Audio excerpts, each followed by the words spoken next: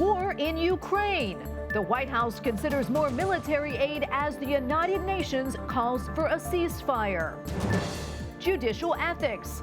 Congress considers a bill to further regulate Supreme Court justices. Immigration debate. Analyzing the latest developments at the U.S. southern border as one state takes a stand. And poorest of the poor. A community of Catholic sisters celebrates an anniversary of ministry. On EWTN News Nightly for Wednesday, April 20th, 2022.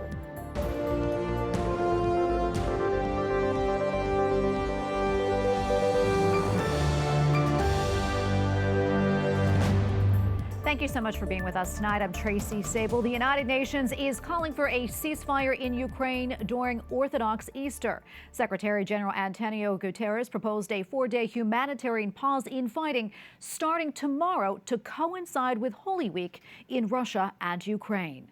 I call on Russians and Ukrainians to silence the guns and forge a path to safety for so many at immediate risk.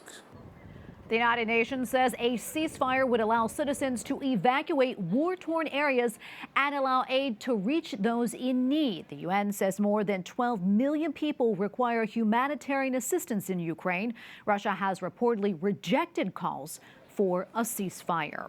The United States will send more help to Ukraine as it battles Russia. Another security assistance package is yet to be officially announced, but it reportedly will include additional artillery and ammunition. White House correspondent Owen Jensen reports. Owen? Tracy, this new package is on top of an $800 million security package President Joe Biden approved of just last week, which included additional helicopters and the first provision of American artillery. In Kyiv, as mourners attend the funeral of a fallen soldier who died during the Russian invasion, details of the new U.S. military aid package for Ukraine are still being finalized, but an announcement is expected in the coming days. Just yesterday, President Joe Biden was asked, President, will you be sending more artillery to Ukraine? Yes. Ukrainian troops on the front line in the country's eastern Donbass region said they were ready to counter the imminent full-scale Russian offensive. Add it all up, and the U.S. has provided Ukraine with some $2.6 billion in military aid since Russia stormed in, bombing and killing across the country. Meanwhile, back home and helping rural America. Today, the White House announces it's launching the Rural Partners Network. The goal, help rural communities compete and succeed in the 21st century, with critical items like high-speed internet, clean drinking water, and rebuilding from the pandemic. The White House says new federal field staff will be placed in more than 25 rural communities in multiple U.S. states, tribal nations, and territories to help local leaders navigate and access the federal resources they need to build a strong and vibrant economy. Meanwhile, the pandemic put it on hold for the last few years, but now President Biden and First Lady Jill Biden will both be attending the upcoming White House Correspondents' Dinner. It's an annual fundraiser for scholarships. Now, tomorrow, the president heads to the West Coast. The White House says he'll be talking jobs and the economy. He'll visit the Portland International Airport. Then on Friday, the president marks Earth Day in Seattle. At the White House, Owen Jensen, EWTN News Nightly. Well, ethics standards are a hot topic on Capitol Hill, and not just for members of Congress. Some lawmakers are wondering why Supreme Court justices don't have ethics guidelines, including recusals. A group of Democrats are pushing legislation to force the justices to adopt a code of conduct. Capitol Hill correspondent Eric Rosales has that story. This latest effort is taking place after reports surface of text messages between Justice Clarence Thomas's wife and former White House Chief of Staff Mark Meadows that involve efforts to overturn the 2020 presidential election.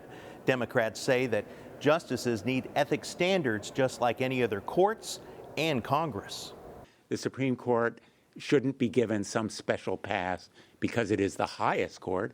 In fact, it should have a code of ethics precisely because it is the highest court. They have no code of ethics. And it's the Supreme Court of the United States. They're making judgments about the air we breathe and everything else, and we don't even know what their ethical standard is.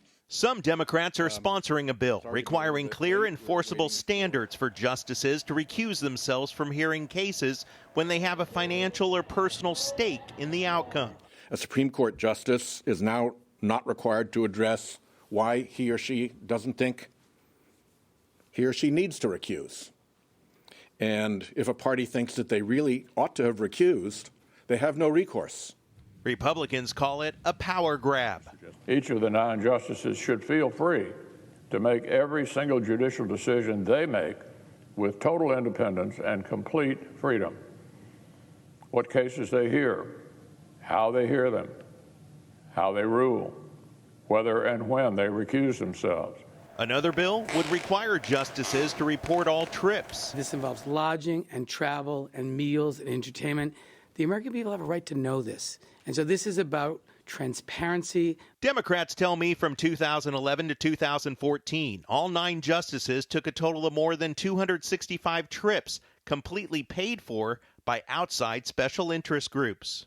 Both bills face uphill battles in the Senate due to Republican opposition. At the Capitol, Eric Rosales, EWTN News Nightly. Shanghai is allowing 4 million more residents to leave their homes as the city begins to roll back some of its strict COVID policies. Chinese health officials say a total of almost 12 million of the city's 25 million people can now go outside. Local media reports the city's businesses and factories are also beginning to reopen. Spain is ending its indoor mask mandate after nearly 2 years. However, masks will still be required on all forms of public transportation, as well as for people who work in medical settings and at nursing homes. The U.S. Justice Department is not appealing a judge's ruling that ended the nation's federal mask mandate on public transit. A spokesman says an appeal could be possible if the CDC believes a requirement would be necessary. Some individual states still have mandates in effect, and some private companies are allowing masks to be optional. A 7th bus filled with migrants is on its way to the nation's capital. Texas Governor Greg Abbott is sending buses carrying immigrants to Washington, D.C. as a visual signal of the border crisis. White House Press Secretary Jen Psaki recently responded, saying it's nice the state of Texas is helping them get to their final destination as they await the outcome of their immigration proceedings. And joining me now is Alfonso Aguilar, president of the Latino Partnership for Conservative Principles. Alfonso, great to see you. Let's talk more about these buses arriving here in D.C. I'd like to get your thoughts on Governor Abbott's decision. Well, I don't think it's going to make a big difference. So far, about 8 buses have arrived here in D.C. And I think the governor's doing mostly to bring attention to this issue. And I think he's been successful. We're talking about it. The reality is that Texas is being overrun by undocumented immigrants, and the federal government, the White House, is not doing anything to address the issue. If anything, it's making matters even worse. So I think that's why the governor is doing this, and I think it's getting attention. Yeah. Fox News reported recently that in 2021, the Border Patrol apprehended at least 23 people who were on the terror watch list, meaning that they are reasonably suspected of being involved in terrorist activities. I'd like to get your reaction to that. Well, you know, our adversaries are always looking for our vulnerabilities, and now they see vulnerabilities at the southern border. That number is actually higher. We learned yesterday through Texas Congressman Chip Roy, that number is at least 42. So, and Jane Psaki reacted cynically, saying that, well, they were caught, they were detained. Those are the ones that have been detained. How many may have gotten in? For everyone that we detain, about 2 enter illegally. So our adversaries are seeing our border and are seeing an opportunity to get in the country, and I'm really concerned. Many experts are concerned. I'm hopeful that nothing bad will happen, but this is just really terrible. We're exposing ourselves to people who want to do harm in the U.S. Yeah, it is very concerning. 26 Republican governors created the American Governors Border Strike Force, and that aims to stop criminal organizations' activity at the border. I want to talk about that. What more do you know about that? And do you think that it'll be able to create maybe a significant change at the border? Well, again, it's very limited. I'm very encouraged by governors wanting to get involved, take action to disrupt criminal organizations working at the border, cartels. The truth is that they don't have enough resources. This is the role of the federal government. And frankly, the Biden administration is being derelict in duty. They're not enforcing the law. They're just processing people. They've changed their policy. Even in the past, Republican and Democratic administrations, they all worked at trying to secure the border, dissuade people from coming in, detaining people. This administration is moving from that to just processing people. For them, the border is about processing people. And the immigration system was never built to process so many people. And things are going to get worse when Title 42 ends, which is slated to end in May 23rd. Alfonso, we have probably a little bit less than a minute left, but I want to get your take on this. The Customs and Border Patrol released its data for March, showing fentanyl seizures increased by a whopping 55% just for that month. How concerned are you about the amount of illicit drugs that are crossing the border and the impact it's having, particularly on our young people? It is awful. It is getting worse. In March, we received over 220,000 migrants. That's the highest number in 20 years. Now we see a similar increase in fentanyl. The bulk of opioids are coming through the southern border. This is terrible. And this is a situation that has been created by President Biden, who's not enforcing immigration law. He did away with common sense border security measures that President Trump put in place. The border is now porous, and that's why we see an increase in all sorts of crime, from drug trafficking to sex trafficking, child trafficking. And this incredible wave of migrants coming to the country is the responsibility of the president. It's time that he owns up to it and starts enforcing the law. All right, we're going to leave it right there. Alfonso, thank you so much for your time. Always appreciate your analysis. Thank you. Coming up, assessing the latest clashes between Israelis and Palestinians in the Holy Land.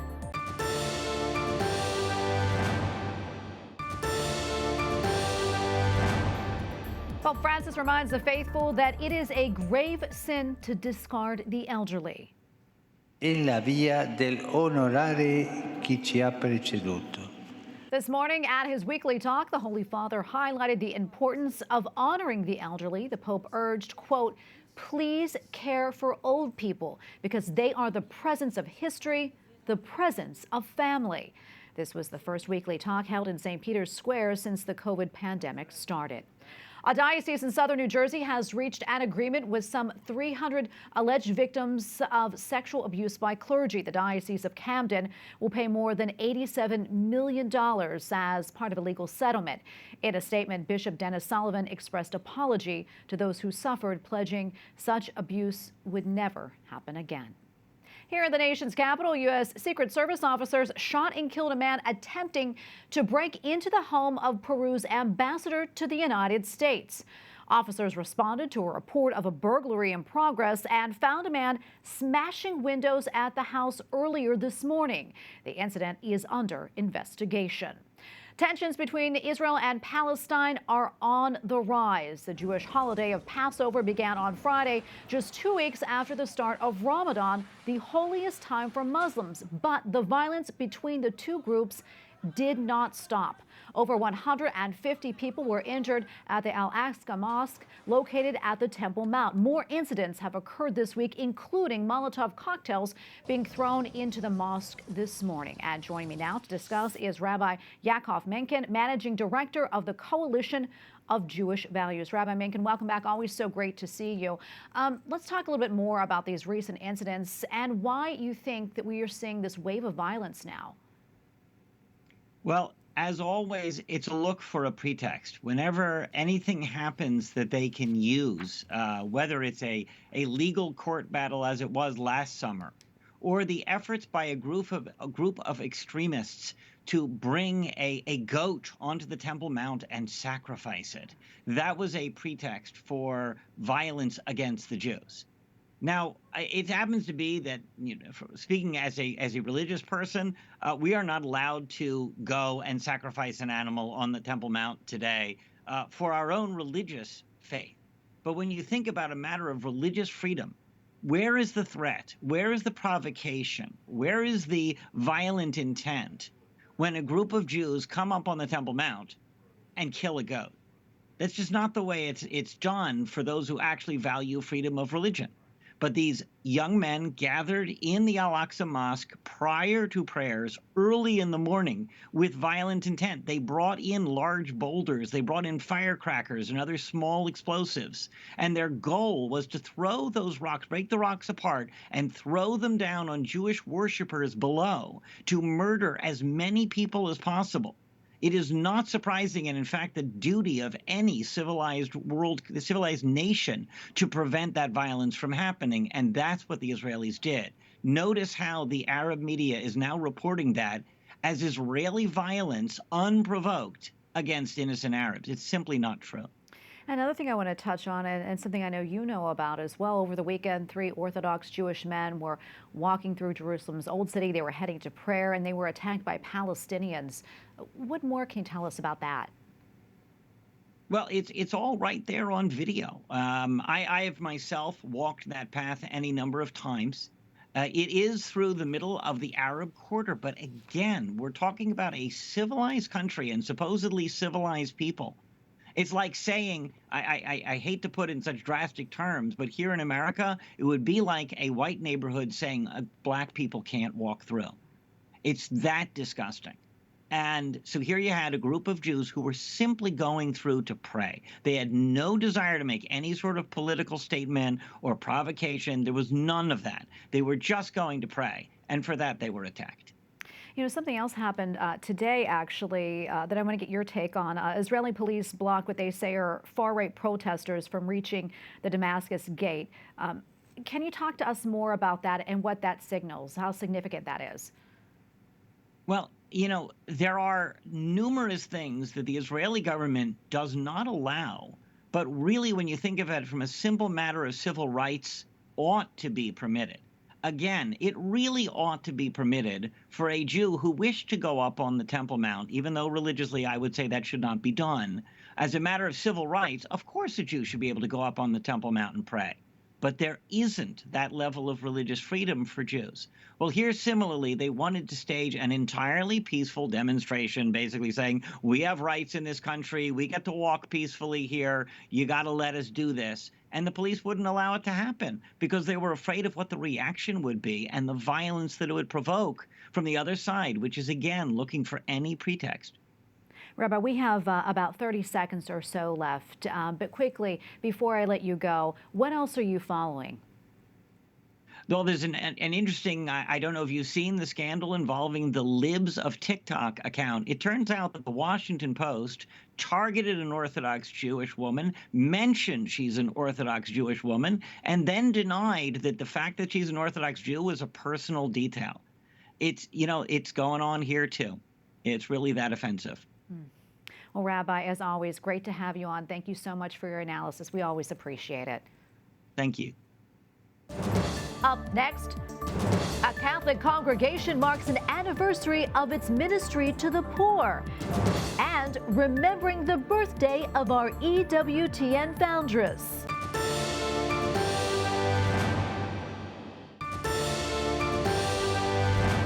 The Thouret Foundation, an international agency of the Sisters of Charity, is celebrating 10 years of service. Inspired by the charism and the missionary tradition of the Sisters of Charity, the group has helped in more than 30 countries and in 4 continents.